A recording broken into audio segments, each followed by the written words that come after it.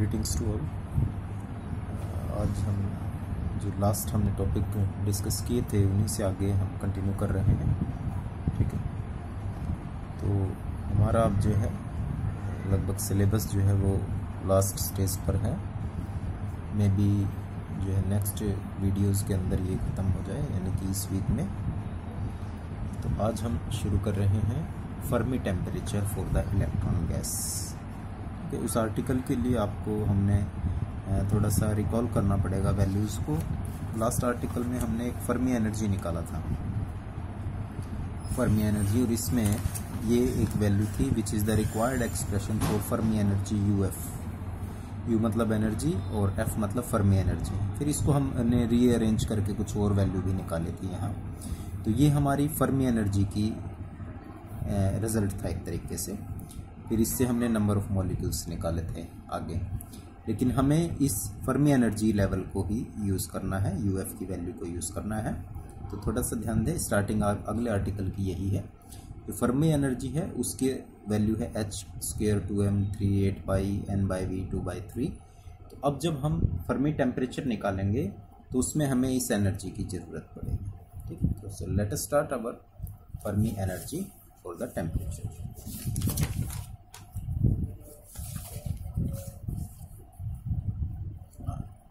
So today's topic is Fermi temperature for electron gas।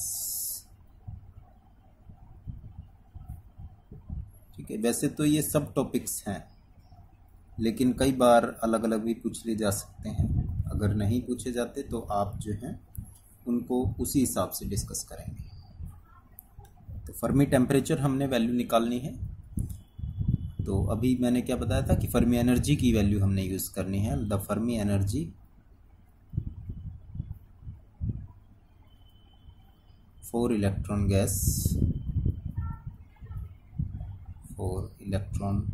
Gas, is given bye, ठीक है, वही value energy की use कर रहे हैं UF। This is equal to h² upon में 8m अपॉन में इंटू में 3n पाई v सारे की पावर 2/3। ठीक है, थोड़ा सा हमने वैल्यू को जो मल्टीप्लिकेशन थी अंदर बाहर करके लिख दिया है। तो ये एनर्जी की वैल्यू हो गई हमारे पास। अब डेंसिटी जो होता है, electron density, the electron gas, for the electron gas the density rho is given by, density rho की वैल्यू mn अपॉन में भी मास अपॉन वॉल्यूम। एक का मास m है, n नंबर ऑफ मॉलिक्यूल से डिवाइडेड बाय वॉल्यूम, तो m/v mass upon volume, total number of mass upon में volume हो गया ये। ठीक है, तो यहाँ हम क्या करते हैं, इस इक्वेशन के अंदर m से मल्टीप्लाई और m से ही डिवाइड कर देंगे ताकि mn अपॉन में भी बन जाए। यहाँ पर समझ रहे हैं ना, m से मल्टीप्लाई m से डिवाइड, तो mn अपॉन v और m साथ में रह गया।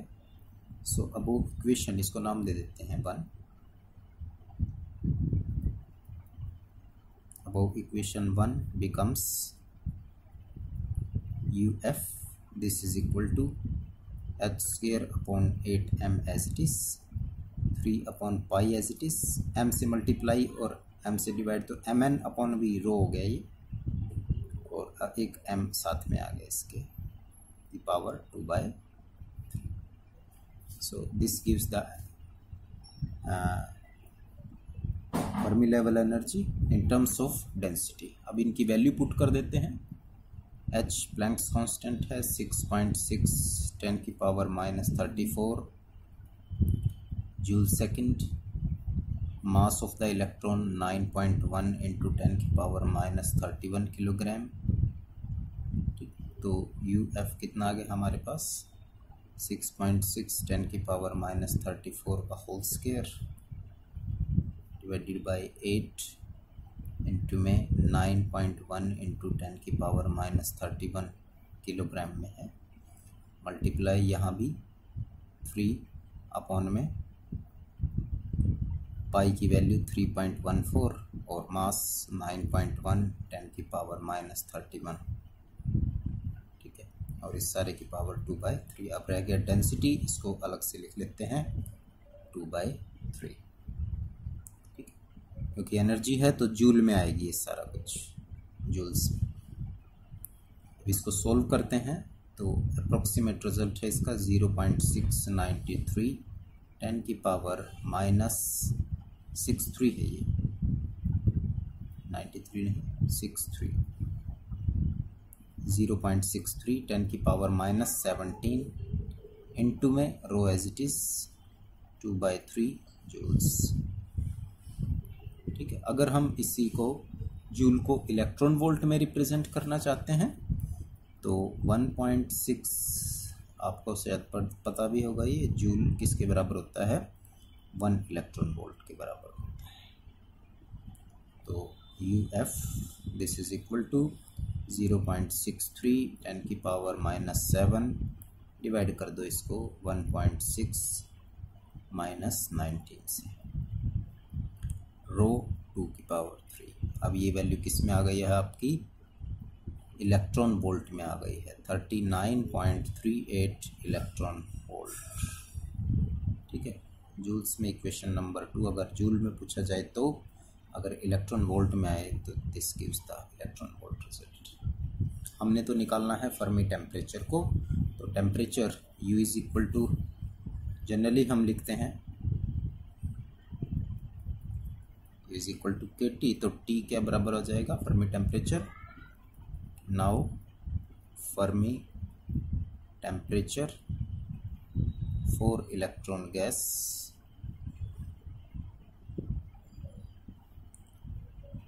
Fermi temperature TF and that is divided by UF upon में K।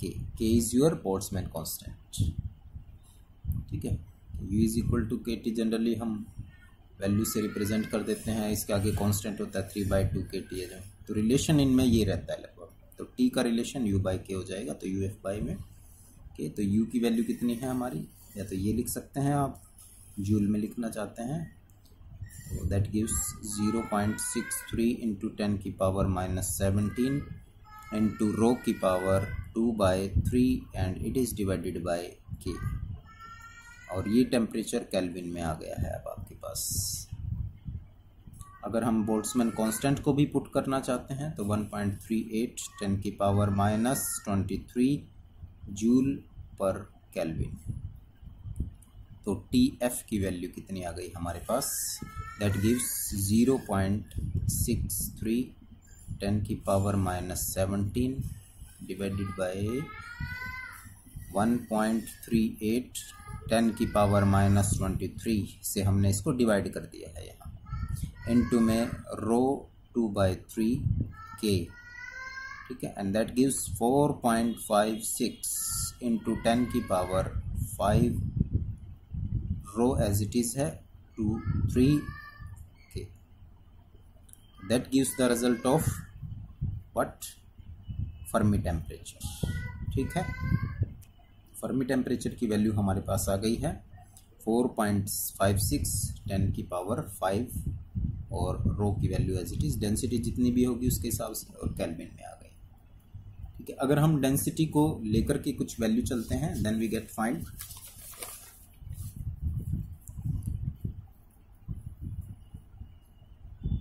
For conduction of electron in metal, the density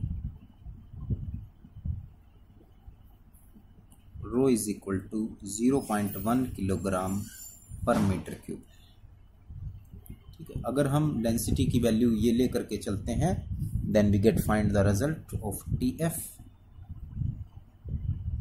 then we gate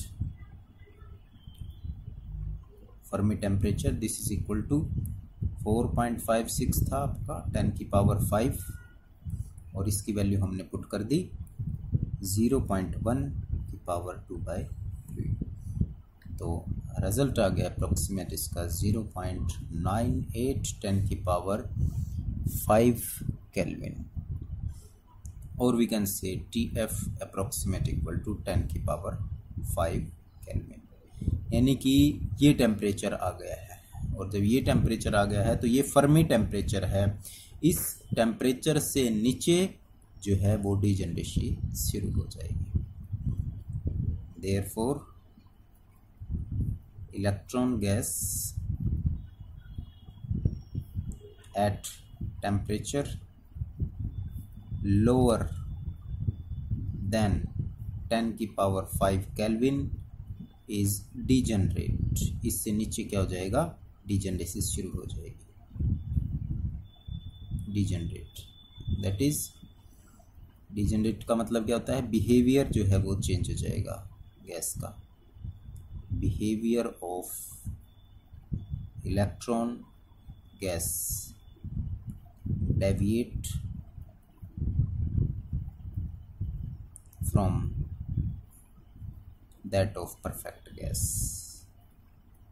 perfect gas से उसका बिहेवियर इस टेम्परेचर से नीचे चेंज होना शुरू हो जाएगा। एट टेम्परेचर लोअर देन 10 की पावर 5 केल्विन। ठीक है, this is your Fermi temperature. Fermi temperature से नीचे ही वो एज ए डीजनरेसी को शो करेंगी, यानी परफेक्ट गैस से उनका बिहेवियर अलग होता चला जाएगा। ठीक है, next article, electronic contribution to specific heat of metals. यानी जो इलेक्ट्रॉन्स हैं हमारे, वो स्पेसिफिक हीट ऑफ मेटल्स में किस तरीके से कंट्रीब्यूट करते हैं। स्पेसिफिक हीट एक तरीके से आपकी CV से रिप्रेजेंट होती है, और ये होती है curly E by curly T। ठीक है, इसमें कांस्टेंट रहता है वॉल्यूम। तो इस सिचुएशन को हमने देखना है कि स्पेसिफिक हीट जो है CV वो किस तरीके से वैल्यू चाहिए। तो हमें इसके लिए E की वैल्यू निकालनी पड़ेगी, यानी कि एनर्जी की टर्म्स में हमने इसको निकालना पड़ेगा। ठीक है, तो आर्टिकल में जो हमने अभी वैल्यू यूज़ करी है, एक तो ये यूज़ करनी है हमने U की वैल्यू, एनर्जी, फर्मी एनर्जी ये। ठीक है, और एक A को यूज़ करना है। A हमने पिछले आर्टिकल्स में यूज़ किया था। ठीक है, एक चीज़ और, लास्ट हम जब कल कर रहे थे तो वहाँ हमने एक एनर्जी की टर्म्स में ये वैल्यू फाइंड आउट की थी, mean energy. That is the mean energy of the electrons. ठीक है, 0 पॉइंट एनर्जी भी इसको हमने नाम दिया था। ये 0 पॉइंट इसलिए कहा था क्योंकि ये 0 केल्विन पर है एनर्जी। ठीक है, 0 केल्विन पर ये एनर्जी थी, इसीलिए इसको 0 point energy last article, last video के अंदर हमने इसको फाइंड आउट करा था। और आज हमने जब शुरू करना है तो 0 केल्विन के हिसाब से ही शुरू करेंगे इसको। फॉर इलेक्ट्रॉन गैस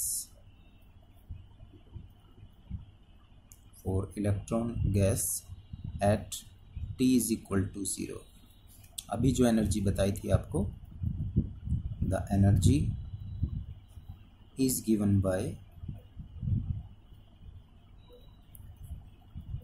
U0 से रिप्रेजेंट कर देते हैं हम उसको, यानी 0 केल्विन पर है, 0 टेम्परेचर। कितनी थी, 3/5 NUF।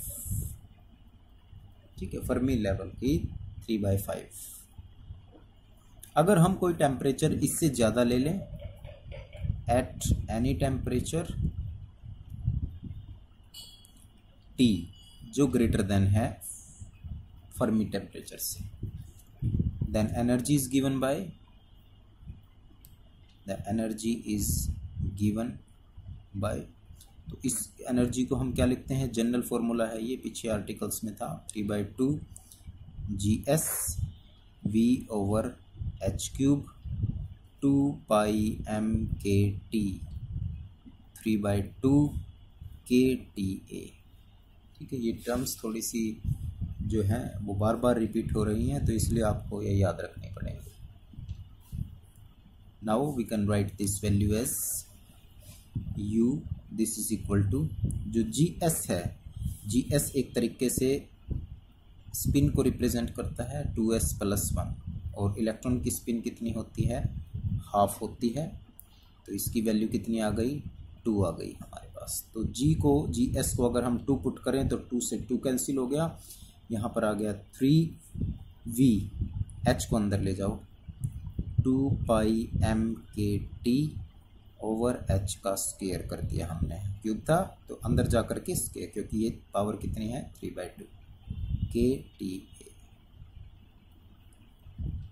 ठीक है, अब हमने A को पुट करना है पिछले आर्टिकल से, और उस आर्टिकल के अंदर ही UF को पुट करना है। UF तो हमने जस्ट अभी यूज भी किया है ये। ठीक है, यूजिंग द वैल्यूज या using the relations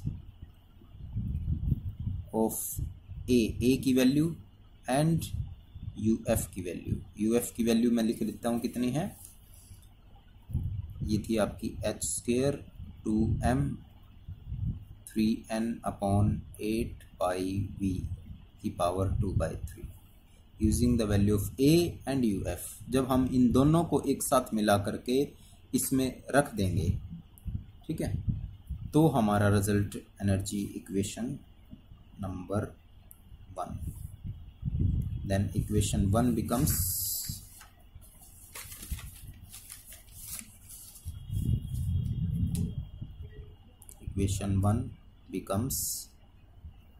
U is equal to 1/4 n pi square k square t square over UF। Change हो जाएगी ये सारी रिलेशन। कौन सी थी, ये A को पुट कर दिया, A की जो वैल्यू है उसमें UF को भी पुट कर दिया। ठीक है, इन दोनों रिलेशंस को एक साथ पुट करेंगे जब इसमें, तब हमारी एनर्जी ये बन जाएगी। ठीक है, आप इसको पुट करके देख लें। अब ये एनर्जी आ गई हमारी इक्वेशन नंबर 2। हमें टोटल एनर्जी निकालनी है।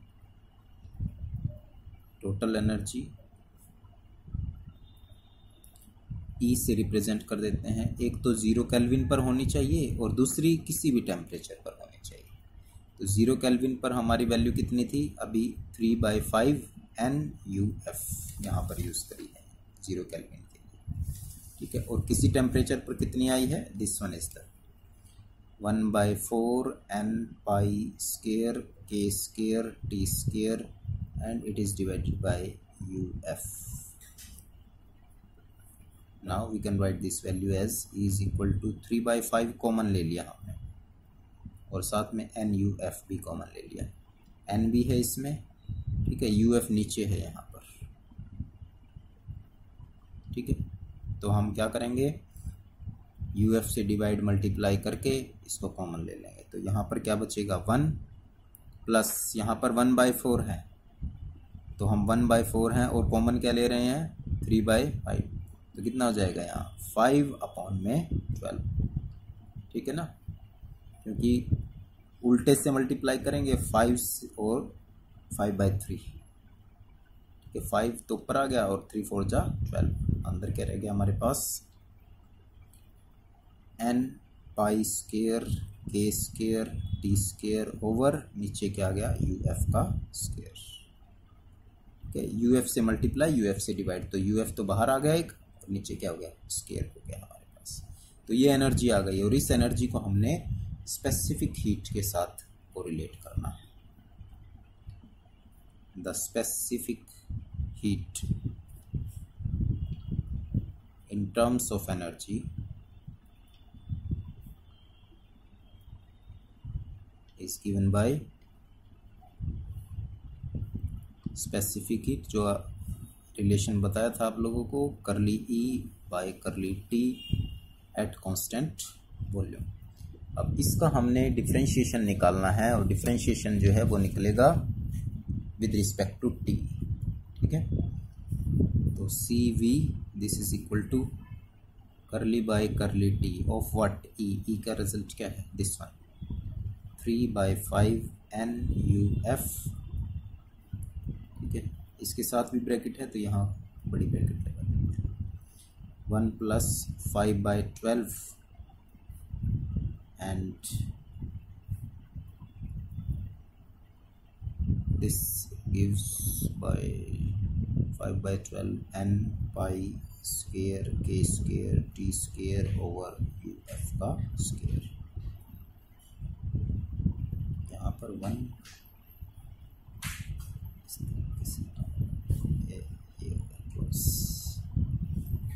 ठीक है. अब इसको with respect to temperature differentiate कर देते हैं. यहाँ टेम्परेचर की कोई टर्म नहीं है. जब हम इसको इससे मल्टीप्लाई कर देंगे तो ये टर्म तो क्या हो गई? 0 हो गई. ठीक है, जब ये टर्म इससे मल्टीप्लाई होगा तो 5 से 5 कैंसिल, 3 से 4, 1/4 हो जाएगा ये. ठीक है, and that is n pi square के स्क्वायर, ये कांस्टेंट थी as it is, over uf का स्क्वायर. अब ये टेम्परेचर के साथ रिलेट हो जाएगी. That becomes 2 × T. ठीक है, CV constant, this is equal to, ये इससे कैंसिल हो गया, 2 आ गया नीचे, तो 1/2 n k square pi square over uf. ठीक है, और इनटू में क्या आ गया यहाँ पर हमारे पास?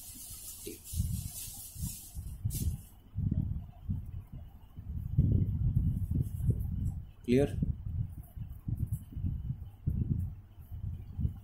अब CV, this is equal to lambda into में T लिख देते हैं इसको. लैम्डा हमने कांस्टेंट वैल्यू ये कंसिडर कर ली है, where lambda this is equal to 1/2 n k square pi square over uf.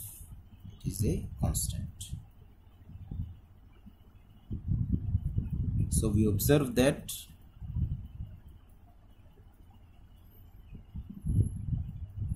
CV is proportional to temperature, absolute temperature के प्रोपोर्शनल है ये. ठीक है, और जब टेम्परेचर 0 हो जाएगा तो स्पेसिफिक हीट भी कितनी हो जाएगी? 0. At T is equal to 0, CV is also equal to 0. तो ये हमारी जो है इसकी वैल्यूज आ गई हैं, और ये स्पेसिफिक हीट के लिए हमने इसको फाइंड आउट कर लिया. अब हमारा जो है वो 1 और 2 वीडियोस का ही काम बचा है, तो इसलिए हम इसको जो है नेक्स्ट में स्टडी करेंगे. Thank you.